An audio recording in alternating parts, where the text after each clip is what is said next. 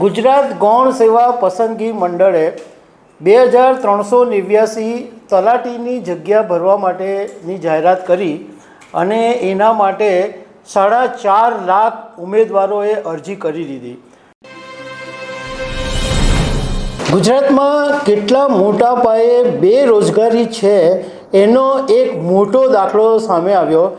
ગુજરાત સરકારે એક ભરતી શરૂ કરી અને એમાં 2389 જગ્યા ભરવાની હતી અને એની સામે 4.5 લાખ લોકોએ ફોર્મ ભર્યા અને 9 વર્ષ પછી સરકારે આ ભરતી કાઢી. અને નવાઈની વાત એ છે કે ડબલ ગ્રેજ્યુએટ, MBA, એન્જિનિયરિંગ કરેલા સ્ટુડન્ટોએ પણ આ ફોર્મ ભર્યા. તો આના વિશે હું તમારી સાથે વાત કરીશ. મારું નામ રાજેશ શાહ છે અને તમે જોઈ રહ્યા છો ગુજરાતના સૌથી મોટા ડિજિટલ ન્યૂઝ પ્લેટફોર્મ ખબરછે.com. ગુજરાત ગૌણ સેવા પસંદગી મંડળે 2389 તલાટીની જગ્યા ભરવા માટેની જાહેરાત કરી અને એના માટે 4.5 લાખ ઉમેદવારોએ અરજી કરી દીધી. એનો મતલબ એમ છે કે એવરેજ એક પોસ્ટ માટે 200 લોકોએ અરજી કરી એવું કહી શકાય. અને ગુજરાત સરકારે 2016ની અંદર છેલ્લે 2800 તલાટીઓની ભરતી કરેલી, એટલે 9 વર્ષ પછી હવે 2389 તલાટીઓની ભરતી કરવામાં આવી રહી છે.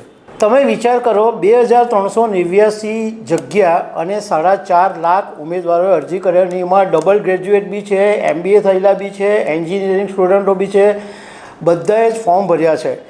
તો આનો મતલબ સીધો એ થયો કે ગુજરાતની અંદર સરકાર એવા દાવા કરે છે કે યુવાનોને રોજગારી મળી રહી છે, તો આ દાવાનો ફુગ્ગો ફૂટી ગયો છે.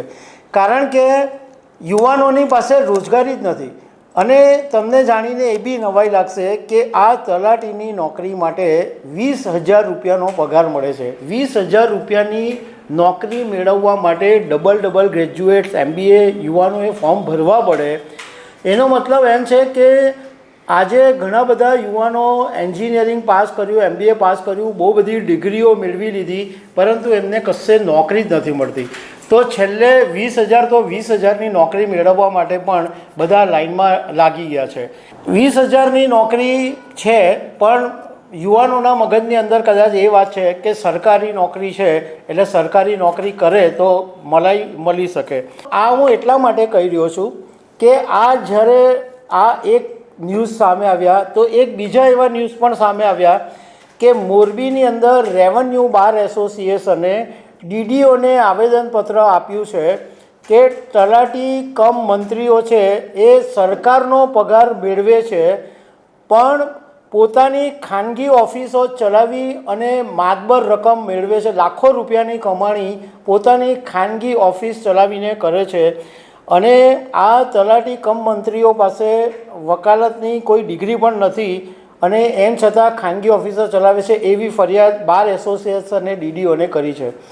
તો આનો મતલબ સીધો એમ થાય કે 20,000 રૂપિયાનો પગાર ઇમ્પોર્ટન્ટ નથી, પરંતુ સરકારી નોકરીની અંદર કંઈક પણ ખાવા મળી જાય એવા આશયથી કદાચ યુવાનો આટલી બધી ફોર્મ ભરી દીધા એવું લાગે છે.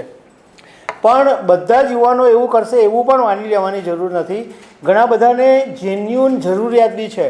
કારણ કે ઘણા બધા એવા પરિવારો છે કે જે લોકોએ પોતાના સંતાનોને ભણાવવા માટે લાખો રૂપિયા ખર્ચ્યા, અત્યારે એ બેરોજગાર છે, ઘરે બેઠેલો છે, એની પાસે નોકરી નથી.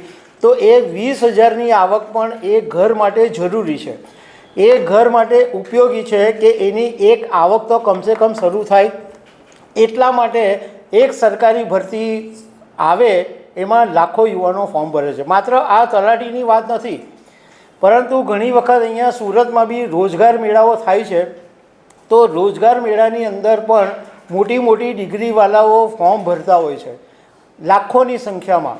તો આ ખરેખર બહુ જ ગંભીર ચિત્ર છે કે બેરોજગારી એટલી મોટા પાયા પર છે, પરંતુ આશ્ચર્યની વાત એ છે કે કોઈને દેખાતું નથી કે ગુજરાતની અંદર આટલી મોટા પાયે બેરોજગારી છે.